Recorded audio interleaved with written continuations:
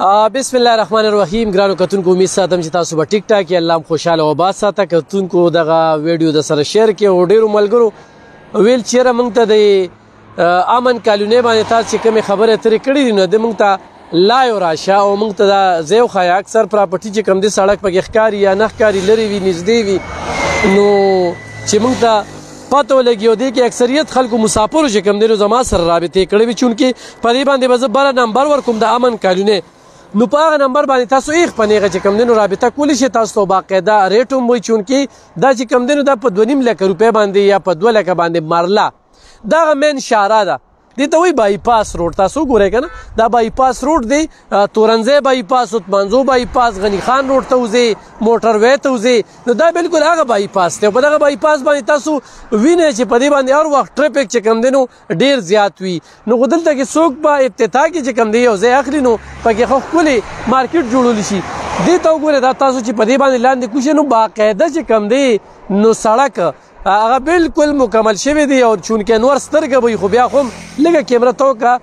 چې دغه سړک دغه ښکلي بوټي دغه ونې چې کوم دی نو هغه تاسو ته وښیي دلته کې تاسو ګورئ چې دا باقاعده د هغه اړخ نه راځي نو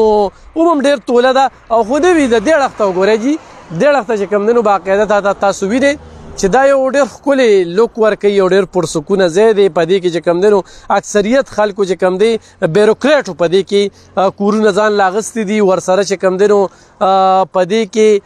وکلا چې کوم دی نو هغوی ځان له کورونه اغوستي دي ونې چې کوم دی نو کرلې شوي دي موږ چې ویډیو کړی وه نو دا هغه مخامخ ځای نه چې هغه آفس دی چې هغې کې چې کوم دی نو سیال صاحب او نور ملګري چې کوم دی هغه ناست دي خو موږ هم په دې لار باندې اوس تلو موږ په دې لار باندې تلو روان یو ریډیو ته او په ریډیو کې پروګرام دی نو د موقع نه پیدا واغسته هېڅ قسمه نه هغې خلکو سره میلو یو او نه چې کوم دی خو د خلکو د اسانتیا دپاره چې کوم دی امن کالوني موږ ته ډېره ښه لګېده دلته کې عمران خان صاحب چې کوم دی نو باقاعده یوه لویه جلسه کړې وه هلته سټیج لګېدلو دا هغه ځای دی ډېرو خلک چې کوم خلک جلسې له راغلي نو هغه به امن کالوني لیدلي وي خو چې ډېر خلک نور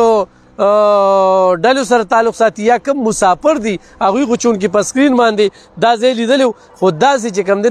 نو لیدلی نو دا بالکل په مین روډ باندې امن کالوني ده په امن کالوني کې تاسو 15 مرلې پلاټ 10 مرلې پلاټ 20 مرلې پلاټ یعنې کنال تاسو اخیستی شئ انتقال بالکل په لاس دی ورسره چې کوم دی نو د بجلی سهولت د جومات ورسره چې کوم دی نو ګیس او مهمه خبره دا ده چې دې نکاسي ډېره په ټیک ټاک طریقه باندې شوې ده چې هغې دپاره غټ ایراب چې کوم دی نو هغه جوړ شوی دی نو امید ساتمه چې امن کالوني کې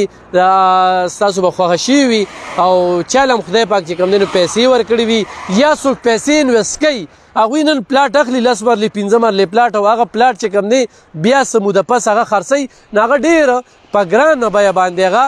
خرڅولی شي دا تاسو وینئ چې دا مین شاره ده او په دې مین شاره چې کوم دی نو دغه ګاډي تاسو وینئ ټرافیک وینئ نو دا تاسو ته زه د امن کالونی چې کوم دی نو دغه ذکر مې کوو په خپلو دعاګانو کې مې یاد ساتئ ډېره مننه خوشحاله اوسئ